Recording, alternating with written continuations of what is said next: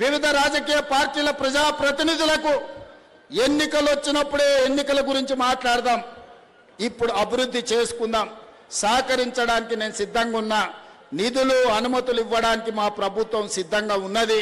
మీకు కావాల్సిన అడిగి మీరు కావాల్సిన గుర్తు చేసి మీరు సాధించుకోండి. ఇవాళ ఉప్పల్ ఎలివేటెడ్ కారిడార్కి బండారి రాజిరెడ్డి గారి పేరు నేను పెట్టిన.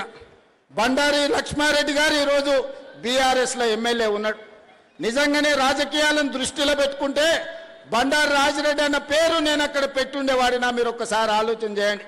రాజిరెడ్డి అన్న ఈ ప్రాంతంలో ప్రతి పిల్లగానికి తెలుసు.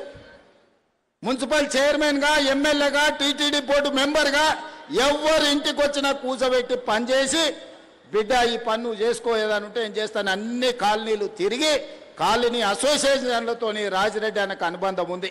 ఆయనలో నేను పార్లమెంట్లో నిలబడ్డప్పుడు ఎన్నో కాలనీలు నా వెంబడొచ్చి కాలనీ అసోసియేషన్ల అధ్యక్షులను పిలిపించి, అరే మనోనికి ఏం రా మంచోడు పనిచేస్తాడని ఆ రోజు రాజిరెడ్డి అన్న చెప్పిండు. ఆనాడు కష్టాలలో ఉన్నప్పుడు రాజిరెడ్డి అన్న సాయం అందించండు.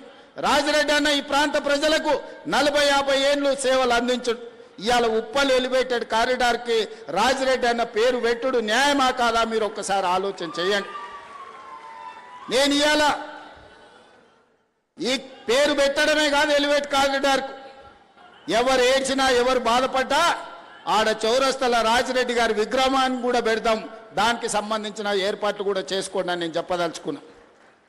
అదేవిధంగా ఎవరైతే మంచి చేస్తారో మంచిని మంచి అని గుర్తించే బాధ్యత మన మీద ఉన్నది.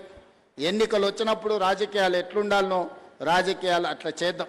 అదేవిధంగా ఈనాడు కొంతమంది మాట్లాడుతున్నారు, దాని గురించి ఒక 5 నిమిషాలు నేను చెప్పదలుచుకున్నా.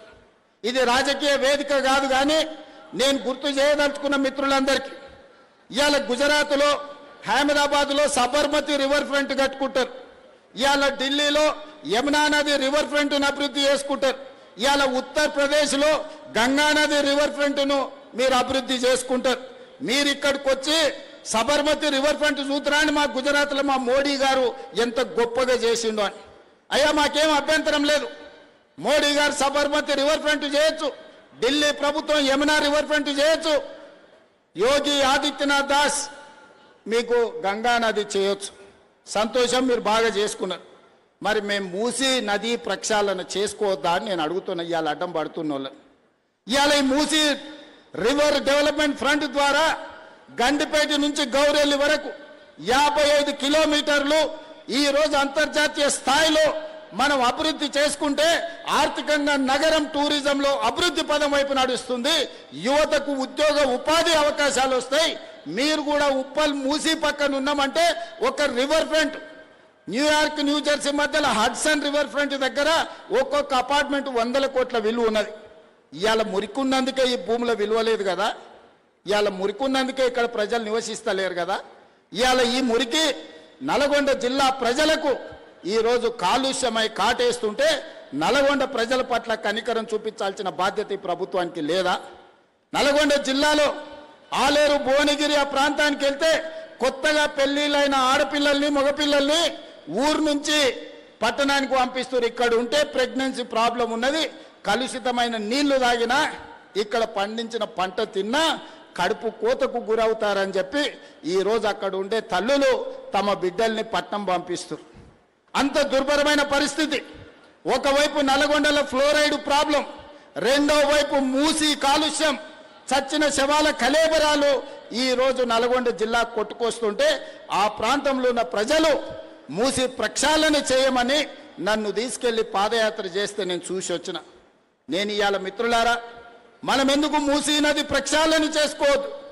మూసీ నది ఒడ్డున ఉన్న పేదలకు ఏవైనా ఇల్లు పోతే ఇల్లు ఇద్దాం, ఉపాధి పోతే ఉపాధి కల్పిద్దాం, ఉద్యోగ అవకాశాలు కల్పిద్దాం. అవకాశం ఉన్న దగ్గర అభివృద్ధి చేద్దాం, వాళ్ళను మంచి వాళ్ళ పిల్లల్ని మంచి స్కూళ్ళల్లో చదువులు చెప్పిద్దామని నేనంటే లేదు, మేము అడ్డం పడతారంటారు.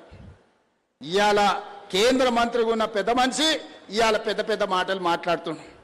నువ్వు మూసీ నదికి అనుమతులు తెస్తావా తేవా? నువ్వు ఇక్కడ పార్లమెంట్ సభ్యుడు కదా అని నేను అడుగుతున్నా. అదేవిధంగా ఒకనాడు ఢిల్లీ తర్వాత మెట్రో మనది 2వ స్థానంలో ఉండే, ఇవాళ 9వ స్థానానికి పడిపోయినాం. కారణాలు ఏవైనా ఉండని అడ్డుపడ్డోళ్ళు ఎవరు, కాళ్ళలో కట్టెలు పెట్టింది ఎవరు, నేను మాట్లాడదలుచుకోలే. ఇవాళ మనకు తెలివి వచ్చింది. ఇవాళ మనం మెట్రోని విస్తరించుకోవాలనుకున్నాం. ఇవాళ నాగోల్ జంక్షన్ నుంచి బరాబర్ ఎల్బీ నగర్ నుంచి ఓఎస్ఏ హాస్పిటల్, ఆ నుంచి చాంద్రాయణ గుట్ట, ఆ నుంచి రాజేంద్ర నగర్ డైరెక్ట్ అంతర్జాతీయ ఎయిర్పోర్ట్ కు ఈ నాగోల్ నుంచి ఈరోజు మెట్రో విస్తరణ చేయాలని నేను ప్రతిపాదనలు పంపించిన. నేను ఇక్కడున్న మిత్రులను అడుగుతున్నా, నాగోల్ నుంచి అంతర్జాతీయ ఎయిర్పోర్ట్ కు మెట్రో కావాలన్నా వద్దా, మీరు ఒక్కసారి ఆలోచన చెయ్యండి. ఇవాళ మనం ఎయిర్పోర్ట్కి పోవాలంటే ఎక్కడెక్కడో తిరిగి చుట్లు తిరిగిపోవాల్సి వస్తుంది. అదే నాగోల్ మెట్రో రైలు ఎక్కితే చక్కగా శంషాబాద్ ఎయిర్పోర్టులో దిగుతాం. ఇవాళ గదే అడిగిన, మా రంగన్న చెప్తాడు, అన్న ఎల్బీ నగర్ కాదు హయత్ నగర్ అవతలికి మెట్రో కావాలి, ఇప్పుడు పట్నం అంతా హయత్ నగర్ దాటిపోయింది, వనస్థలపురం అవతలికి ఇయ్యండి అని రంగన్న కలిసినప్పుడల్లా అడుగుతాడు. మా ఎంపీ చామల కిరణ్ అడుగుతాడు, ఇవాళ ఎల్బీ నగర్ నుంచి హయత్ నగర్ అవతలికి మెట్రో పెట్టాలని అడిగిన. అవసరం ఉందా లేదా మీరు ఒక్కసారి ఆలోచన చేయండి. ఇట్లా చెప్పుకుంటూ పోతే 122 కిలోమీటర్లు మెట్రోను పొడిగించాలి, అంతర్జాతీయ నగరం చేయాలని నేను ప్రయత్నం చేస్తుంటే అన్ని అనుమతులు వచ్చినాక ఇక్కడి నుంచి కేంద్ర మంత్రిగా పనిచేస్తున్న ఆయన పోయి కాళ్ళ కట్టబెట్టి పుల్లలు పెట్టి ఇవాళ దాన్ని అర్ధాంతరంగా ఆపే పరిస్థితి వచ్చింది. ఆయనను అడగాల్సిన అవసరం లేదా అని నేను అడుగుతున్నా. ఇవాళ మనం ఏది అడిగినా రీజనల్ రింగ్ రోడ్, ఇవాళ ఔటర్ రింగ్ రోడ్ వచ్చినందుకు మనం అంతర్జాతీయ నగరమైనాం. రీజనల్ రింగ్ రోడ్ వస్తే 360 కిలోమీటర్ల అభివృద్ధి జరిగితే ప్రపంచంతోనే పోటీ పడే సింగపూర్, టోక్యో, న్యూయార్క్ లాంటి పట్టణాలతోని ఈరోజు మన హైదరాబాద్ పోటీ పడవచ్చు. 2.5 ఏళ్ళ నుంచి కాలుకు బల్పం కట్టుకొని తిరుగుతున్నా. 50 సార్లు ఢిల్లీకి వెళ్ళిన, 5 సార్లు మోడీ గారిని కలిసిన. ఎందుకు ఆగుతుంది, ఎవరు ఆపుతున్నారు నేను అడుగుతున్నా. ఎందుకు ఆగుతుంది, ఎవరు ఆపుతుండ్రు, సమాధానం చెప్పాల్సిన బాధ్యత కిషన్ రెడ్డి గారికి లేదా? తప్పించుకొని ఎన్ని రోజులు తిరుగుతావని నేను అడుగుతున్న కిషన్ రెడ్డి గారిని. ఇవాళ కేంద్ర మంత్రిగా నీకు ఓట్లు వేయలేదా? ఇవాళ నువ్వు ఈ ప్రాంతం నుంచి ఎమ్మెల్యేగా కేంద్ర మంత్రిగా ఎన్నికైనవంటే ఈ ప్రజలు, ఈ నగర ప్రజలు నీకు ఓట్లు వేయలేదా? నిన్ను గెలిపించలేదా? తెచ్చే బాధ్యత నీ మీద లేదా? మూసీ నదికి నిధులు తేవాల్సిన బాధ్యత, మెట్రోకు అనుమతులు తేవాల్సిన బాధ్యత, రీజనల్ రింగ్ రోడ్డును నిర్మించాల్సిన బాధ్యత మీకు లేదా? ఇవాళ తెలంగాణ రాష్ట్రంలో రైతులు పండించిన వడ్లు 75 లక్షల మెట్రిక్ టన్నులు తెలంగాణ రాష్ట్రం కొన్నది. కానీ కేంద్ర ప్రభుత్వం చెప్తే నేను 50 లక్షలే కొంటాను, మిగతా 25 లక్షలు ఎవరికి ఇవ్వాలి, ఎక్కడ తీసుకుపోవాలి? ఇవాళ దేశంలో 60% ఒక్క తెలంగాణలోనే వడ్లు పండించినాం. పంజాబ్లో 86% కొంటావు, నీ ప్రభుత్వాలు ఉన్న రాష్ట్రాలలో 70-80% కొంటావు. తెలంగాణలో వండించినేమో సగానికి సగం తక్కువ కొంటున్నావు.